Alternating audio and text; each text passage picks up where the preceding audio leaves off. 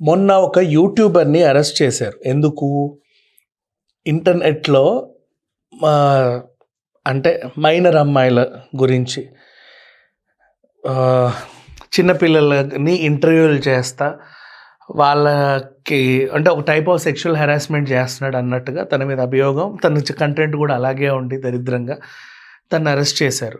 Next ఆంధ్రప్రదేశ్‌లో నారా లోకేష్ గారు కూడా చెప్పారు గట్టిగా, చిన్న పిల్లల మీద వీడియోలు చేస్తే అంటే ఇట్లాంటి వల్గర్ కంటెంట్ ఏమైనా ఉంటే యూట్యూబ్‌లో చాలా స్ట్రాంగ్‌గా మేము తీసుకుంటామని చెప్పి వార్నింగ్ కూడా ఇచ్చారు.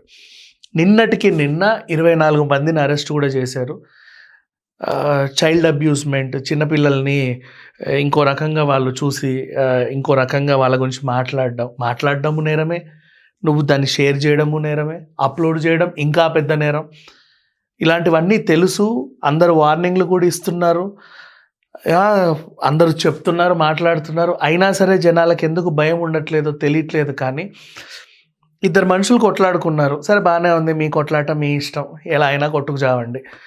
దాంట్లో ఒక ఎలిగేషన్, ఒక మనిషి ఇంకో మనిషి మీద ఎలిగేషన్ పాస్ చేశాడు, నువ్వు 14 ఏళ్ళ అమ్మాయిని తో అసభ్యంగా ప్రవర్తించావు అని. నాకు నోటికి కూడా రావట్లేదు మాటలు. అండ్ వాడేమో సన్నాసి, ఆ సన్నాసి గాడేమో ఈయనకి రిప్లై ఇచ్చుకుంటూ, నీకేం తెలుసు, నువ్వు చూసావా, నేను ఆమెకి ఏదో కొనియడానికి వెళ్ళాను, గిఫ్ట్లు ఇచ్చాను, ఇంకేదో చేసి నేను ఆ పిల్లతో నీ పేరు చెప్పి కేసు పెట్టిస్తాను అని చెప్పేసి ఆయన ఒక వీడియో చేయడం. మళ్ళీ ఈయన రిప్లై ఏంటో, సర్లే మీ గొడవ మీ ఇష్టం, దేని గురించన్నా కొట్లాడుకోండి, ఎన్ని రోజులన్నా కొట్లాడుకోండి, కొట్లాడుకున్న వాళ్ళకి కొట్లాడుకున్నంత, తిట్టుకున్న వాళ్ళకి తిట్టుకున్నంత మీ ఇష్టం. మీ ఫాలోవర్స్ కూడా తిట్టుకుంటూ ఉంటారు, కొట్టుకుంటూ ఉంటారు, నచ్చకపోతే అన్సబ్స్క్రైబ్ చేసుకుంటారు, నచ్చితే ఇంకా హ్యాపీగా ఫాలో అయ్యి మిమ్మల్ని ఇంకా షేర్లు కొట్టుకుంటారు. మీ దరిద్రం మీది. అయితే దీంట్లో చిన్నపిల్లల గురించి మాట్లాడేటప్పుడు కొంచెం టంగ్ స్లిప్ అవ్వకుండా ఉండాలి. ఎందుకంటే మీరు చేసేది ఎంత పెద్ద నేరం అంటే, నిన్ను ఫాలో అయ్యే కొన్ని లక్షల మంది ఉన్నారు, ఆ దరిద్రాన్ని ఫాలో అయ్యే కొంతమంది లక్షల మంది కూడా ఉన్నారు. మనం రోజు కూర్చొని ఏదో చెప్తాం కాబట్టి ఈ పెట్టే వీడియో వాళ్ళందరికీ ఒకవేళ మీ గంట కొట్టినా కొట్టకపోయినా ఓపెన్ చేస్తే కొంచెం ప్రయారిటీలో వస్తుంది. ఎందుకంటే మీకు సబ్స్క్రైబర్ కాబట్టి వాళ్ళందరికీ మీ చండాలం రీచ్ అవుతుంది. కాబట్టి ఎప్పుడైనా సరే సోషల్ మీడియాలో నేను మిమ్మల్ని ఇన్ఫ్లుయెన్సర్స్ అంటే మీరు చెప్పే ప్రతిదీ అని ఫాలో అయ్యేవాళ్ళు, మీరు ఇన్ఫ్లుయెన్స్ చేయగలిగే స్థాయిలో ఉంటే మీరు ఇన్ఫ్లుయెన్సర్ అంట. మీరు జస్ట్ వీడియో కంటెంట్ క్రియేటర్స్, యూట్యూబ్లో కొంచెం కంటెంట్ క్రియేటర్స్, ఏదో ఒకటి ట్రావెల్ వ్లాగో ఇంకేదో. ఆ దరిద్రం గురించి అయితే నేను చెప్పను, వాడు పెట్టేదే నీచం, వాడొక నీచుడు. ఈ అన్ని దేశాలు తిరుగుతారు, ఆ దేశంలో ఉన్న నీచమే చూపిస్తాడు. కాబట్టి ఇక ఈయనంటావా కొంచెం పద్ధతిగా ఏదో చెప్పుకుంటూ ఉంటాడు, సమాజంలో జరిగే విషయాల గురించి కూడా అప్పుడప్పుడు వీడియోలు పెడుతుంటాడు, అంతవరకు బాగానే ఉంది. గతంలో ఒక్కసారి మీరు గుర్తు తెచ్చుకుంటే వీళ్ళ బ్రదర్ ఒక గుంపుని వేసుకొని ఆ సోషల్ మీడియాలో, ఇతను కూడా ఖండించాడులే, అలా మాట్లాడితే ఆ టీముని అందరినీ తన్ని అరెస్ట్ చేశారు, మనం చూసాం ఆల్రెడీ. మళ్ళీ అదే ప్లాట్ఫామ్లో అలాంటి టాపికే మాట్లాడాలని ఎందుకు అనిపించింది?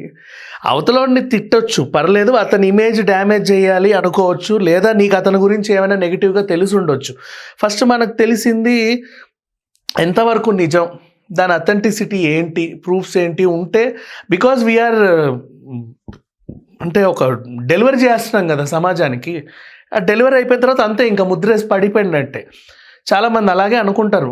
మనం మాట్లాడేది ఇప్పుడు, అప్పట్లో కొండా సురేఖ గారు ఉన్నారు, అంటే దగ్గరుండి చూసినట్టుగా అనర్గళంగా చాలా హ్యాపీగా, అసలు నాకు ఫుల్గా తెలుసు దీని గురించి, నేను అక్కడే ఉన్నాను అన్నట్టుగా చెప్పేసింది, ఒక మాట వదిలేసింది. వదిలిన మాట వెనక్కి తీసుకోగలమా? లేదే. తర్వాత క్షమాపణలే చెప్పుకోవాలి. అంతెందుకు, మన శివాజీ గారైనా రీసెంట్ ఇష్యూనే మళ్ళీ తీసుకుందాం, ఆయనైనా సరే ఒక మాట మాట్లాడుతూ అనుకోకుండా ఏదో అయ్యింది, క్షమించండి, అది నేను వెనక్కి తీసుకుంటున్నాను. అనసూయ అయినా అంతే, గతంలో ఒక మాట మాట్లాడుతూ అనుకోకుండా ఏదో అనింది, అది దానికి ఇంకో హీరోయిన్ హర్ట్ అయింది, క్షమించండి, నేను వెనక్కి తీసుకుంటున్నాను. ఈ క్షమాపణలు పక్కన పెట్టేస్తే జరగాల్సిన డ్యామేజ్లన్నీ జరిగిపోతున్నాయి. సో అందుకని చెప్పేసి వాగేటప్పుడే కొంచెం ఒకసారి గొంతుని ఇట్లా పెట్టుకొని ఆ వచ్చే మాట పర్ఫెక్ట్గా ఉందా లేదా వదిలితే ఏ బాధ ఉండదు, ఏ ఇబ్బంది ఉండదు. కానీ ఇంకొకటి వీళ్ళని ఖచ్చితంగా తిట్టాలి. ఎందుకు చెప్పనా, ఇప్పటిదాకా నేను చెప్పిన వాళ్ళంతా కూడా బయట పబ్లిక్లో మైకులు ఇస్తే మాట్లాడిన వాళ్ళు అనుకోకుండా రికార్డ్ అయ్యాయి. అవునా? మీరు మాట్లాడిన తర్వాత మళ్ళీ ఎడిట్ చేసుకుంటారు, మళ్ళీ దానికి అదేంటిది కాసేపు కూర్చొని ఏ టైటిల్ పెడితే బాగుండు అనుకుంటారు. అంటే నువ్వు చెప్పేటప్పుడు పొరపాటుగా చెప్పినప్పటికీ కూడా అది వదిలే క్రమంలో నీ దగ్గర కనీసం 2-3 గంటలు 5 గంటలు నీ దగ్గర ఉంటుంది. అట్లీస్ట్ 1 అవర్ అన్నా నీ దగ్గర ఉంటుంది. అప్పుడు కూడా సరి చేసుకోవచ్చు. మీరు సరి చేసుకోలేదు అంటే you want to deliver that, అంటే ఆలోచించట్లా, గన్ షాట్గా అవతలోడికి డ్యామేజ్ అవ్వాలి. ఇంకా చెప్పాలంటే ఈ అబ్బాయి ఇతను చేసుకునే వీడియోలు బాగానే ఉన్నాయి, కానీ వాడి మీద పడ్డమే పెట్ట. ఎందుకు పడ్డాడో తెలియదు, వాడి చేత అనిపించుకోవడం ఎందుకు, వాడు నీచమే మాట్లాడతాడు, వాడి నోట్లో నోరు పెట్టి తిట్టించుకోవడం ఎందుకు, అంత అవసరమే ఉంది. ఆ పేరు చెప్పడానికే నాకు చాలా హక్కు అన్నట్టుగా ఉంది. ఇంకా మీరు అతన్ని ఫేస్ వేసుకొని వేసుకొని చాలా హ్యాపీగా, నాకంటే వెనకుంది కాబట్టి it's okay, I am very happy, ఎడిటర్లు చూసుకుంటారు, నాకేం ప్రాబ్లం లేదు. ఆ మొహాన్ని కూడా నేను చూడండి ఇంకా చెప్పాలంటే. అలాంటిది వాడితో ఎందుకు అనవసరం గొడవ పెట్టుకుంటున్నారు? ఎక్కడో శివాజీ దగ్గర స్టార్ట్ అయింది, తర్వాత అలా వెళ్తుంది. మధ్యలో వీడు వస్తే ఎంత, రాకుంటే ఎంత, వీడు నీచమే కదా, అది వెళ్తూ ఉంది. ఆగట్లా ఇంకా కూడా నెక్స్ట్ ఇప్పుడు రాశి వర్సెస్ అనసూయ ఒక గొడవ. ఆవిడ మళ్ళీ అసలు హీరోయిన్ అంటే ఎలా ఉండాలో తెలుసా, ఆమె ఒక హీరోయిన్ అన్నట్టుగా మోహన్ బాబు గారు చెప్పినట్టు ఒక డైలాగ్ చెప్పినట్టు పెద్దగా పోస్ట్ చేసేసింది. ఇక పోతా ఉంది. ఇక సంఘ సంస్కర్తలు ఇదే టాపిక్ని ఎంచుకొని ఎక్కడెక్కడ లేని సంతంతా వచ్చింది ఇంటర్నెట్కి. ఎక్కడెక్కడ లేని సంతంతా ఏం వాగుద్దంటే, పొట్టి బట్టలు వేసుకుంటే వాడికి 3 రాదా, 3 రాకపోతే వాడు మగాడు ఎట్లా అవుతాడు అన్నట్టుగా ఆదరిద్రం వాగడం. ఆగట్లా ఈ చండాలం.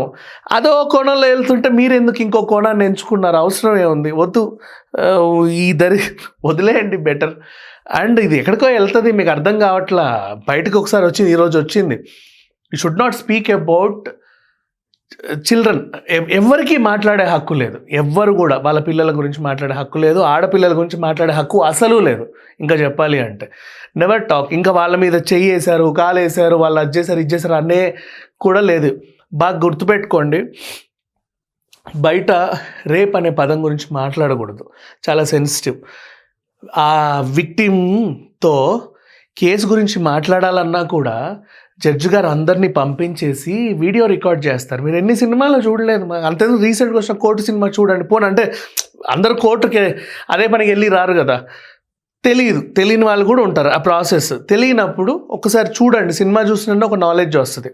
నెక్స్ట్ ఆ విక్టిమ్ గురించి ఇట్లా మనం కూడా మాట్లాడకూడదు, ఆమె మొహం ఎక్కడ రివీల్ చేయొద్దు, బ్లర్ చేయాలి, ఇట్లా పేరు వాడకూడదు, డైరెక్ట్గా ఇంకో పేరు పెట్టుకోవాలి. అందుకే వచ్చాయి మనకి నిర్భయ, దిశ ఇవన్నీ కూడా. సో చాలా జాగ్రత్తగా ఉండాలి అసలు ఆ పదాల గురించి మాట్లాడినప్పుడు. నెంబర్ 1, అమ్మాయి గురించైనా మహిళ గురించైనా మాట్లాడితే. నెక్స్ట్ అందులో ఆ అమ్మాయి ఇంకా చిన్నపిల్ల అయితే అసలు మాట్లాడకూడదు, అక్కడ వరకు వెళ్ళకూడదు. చాలా గైడ్ లైన్స్ ఉన్నాయి, ఇప్పుడు చట్టాలు కూడా చాలా స్ట్రిక్ట్ అయ్యాయి. మీరు అదే పనిగా ఒకరి మీద ఒకరు ఆరోపణలు చేసేసుకుంటున్నారు చాలా సింపుల్గా, ఈజీగా. అండ్ నువ్వు ఆరోపించినప్పటికీ నువ్వు ఇక్కడ ఉన్నావు కాబట్టి నువ్వు ఆరోపణ చేసింది తప్పు. వాడు ఇక్కడ లేడు, వాడిని ఏం చేయలేవు, వాడొక పెంట, ఆడెక్కడో ఉంటాడు, ఏ అడవిలోనో ఉంటాడు, వాడు గ్రహాంతరవాసేవాడు, వాడు ఇంకో గ్రహంలో కూడా ఉంటాడు వాడు. చెప్పు, అవసరం ఏముంది? వద్దు, వదిలేయండి. ఇట్లాంటి టాపిక్ని వీలైతే ఇంకా ఎక్కువ రీచ్ అయ్యేలోపు బెటర్ డిలీట్ దట్, అంతే. ఇంకంతమించి ఇంకేం చెప్పలేము. Thank you so much.